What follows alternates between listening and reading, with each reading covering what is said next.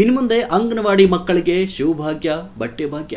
ತುಮಕೂರಿನ ಮಧುಗಿರಿಯಲ್ಲಿ ಮತ್ತೊಂದು ಭಾಗ್ಯ ನೀಡುವ ಸುಳಿವು ಕೊಟ್ಟ ರಾಜಣ್ಣ ಸಿಎಂ ಸಿದ್ದರಾಮಯ್ಯರನ್ನು ಮತ್ತೊಂದು ಭಾಗ್ಯಕ್ಕಾಗಿ ಓಲೈಸಿವೆ. ಮಧುಗಿರಿಯಲ್ಲಿ ಸಿಎಂ ಆಪ್ತ ಕೆಎನ್ ರಾಜಣ್ಣ ಹೇಳಿಕೆಯನ್ನು ಕೊಟ್ಟಿದ್ದಾರೆ.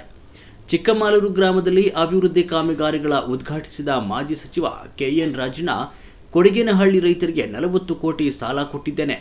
ವಿಧಾನಸಭೆಯಲ್ಲಿ ಏನೇ ಆದರೂ ಮಧುಗಿರಿಗೆ ಹೆಚ್ಚಿನ ಸಾಲ ನೀಡಿದ್ದೇನೆ ಅಂತ ರಾಜಣ್ಣರು ಹೇಳಿಕೆಯನ್ನು ಕೊಟ್ಟಿದ್ದಾರೆ.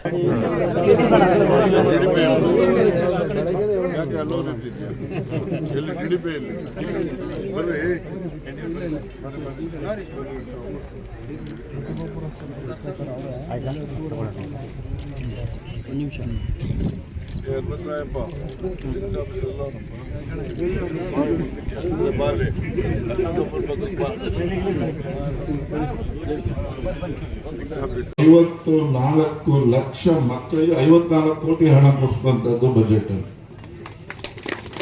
ಈಗ ಇವತ್ತು ಬೆಳಿಗ್ಗೆ ನಾನು ಇಲ್ಲಿ ಅಂಗನವಾಡಿಗೆ ಹೋಗಿದ್ದೆ. ಅಂಗನವಾಡಿಗೆ ಹೋದಾಗ ಅಲ್ಲಿ ಮಕ್ಕಳು ನೋಡಿದೆ, ಪಾಪ ಮಕ್ಕಳುಗಳು ಕಾಲೇಜ್ ಚಪ್ಪಲಿನೂ ಇಲ್ಲ, ಸರಿಯಾಗಿ ಒಳ್ಳೆ ಬಟ್ಟೆನೂ ಇಲ್ಲ. ನಾನು ಆಗ ಕೇಳಿದೆ ನಮ್ಮ ಸಿಡಿಗೂ, ಏನ್ರಿ ಇಲ್ಲ ಸರ್, ಅವ್ರಿಗೆಲ್ಲ ಯಾವುದೋ ಬಟ್ಟೆ ಗಿಟ್ಟೆ ಏನೂ ಕೊಡ್ತಾ ಇಲ್ಲ ಅಂತ ಹೇಳಿದ್ರು. ಇವತ್ತು ನಿಮ್ಮ ಚಿಕ್ಕಮಾಲೂರಲ್ಲಿ ಹೇಳ್ತೇನೆ, ಆ ಮಕ್ಕಳಲ್ಲಿ ಬಟ್ಟೆಗಳು ಇದಾವೆ, ಬಟ್ಟೆ ಇಲ್ಲ ಅಂತಲ್ಲ, ಆದರೆ ಒಂದು ಯೂನಿಫಾರ್ಮ್ ಇರಬೇಕು ಅಂತ. ಈಗೆಲ್ಲ ಯೂನಿಫಾರ್ಮ್ ಕೊಟ್ಟಿರೋದು ಯಾಕೆ ಅಂತ ಅವರವರಲ್ಲಿ ಯಾವುದೇ ರೀತಿಯ ಭೇದ ಭಾವ ಬರಬಾರ್ದು ಅಂತಕ್ಕಂಥ ಉದ್ದೇಶದಿಂದ ಯೂನಿಫಾರ್ಮ್ ಕೊಟ್ಟಿರೋದು.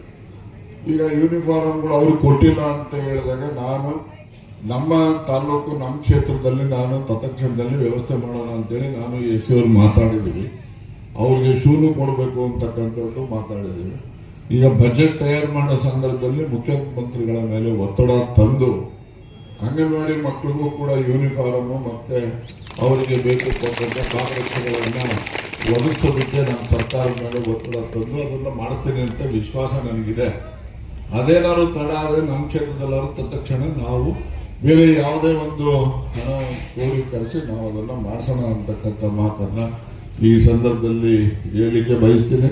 ಚೆನ್ನಾಗಿದೆಯಾ? ಚೆನ್ನಾಗಿ ಓದ್ತಿದ್ದೀರ ನೋಡಿ. ಆಯ್ತು, ಬಸ್ಸಲ್ಲಿ ಏನು ಬೇಕು ಅನುಕೂಲ ಮಾಡಿ.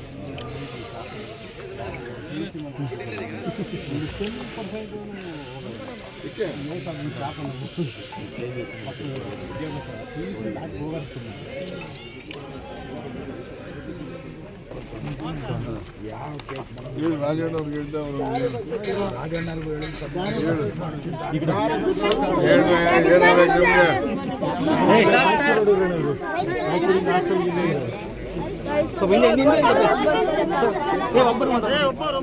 ಯಾಕೋ ಯಾಕೆ ಅನ್ಸಲ್ಲ?